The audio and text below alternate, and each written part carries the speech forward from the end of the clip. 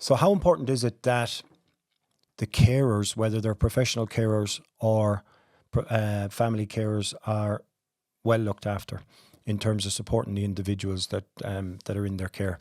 I would say central and essential. Very often, we have complex individuals who are being supported by families who are burnt out, who are under-supported, who are under-resourced, who don't know where to turn for help, who are on waiting lists for supports. Staff are in services. They are working with a complex individual who they maybe don't know the story of the person. They maybe don't have the skills to support this individual. They're maybe frustrated. They're maybe burnt out, understaffed, under-resourced, similar. So I have a very strong mantra, which is that the carers, the client's well-being is entirely dependent on the carers being well. And that is a big central point, because if a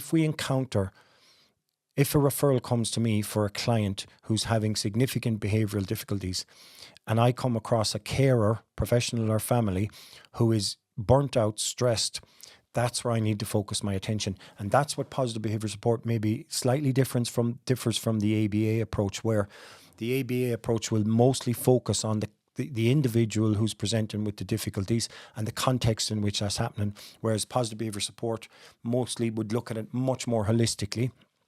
And I might focus my attention on carer well-being for a period of time, because any strategies, any interventions that I might want to use to support the person with the complex needs, I need these carers to be in a good place to deliver those.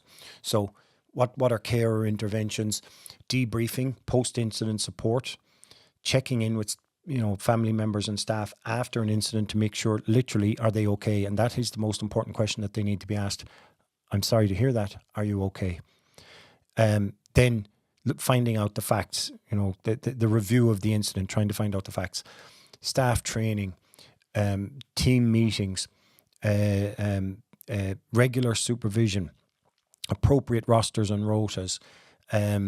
People will say, and oftentimes it comes up as a discussion point, more money, more money, more money. But what we know is that people don't leave, people that work in human services don't leave human services because they weren't getting paid enough. Because adding money to the situation, to a staff team that is under-trained, under-resourced, overstressed, working with complex individuals that they don't understand, money won't fix that problem.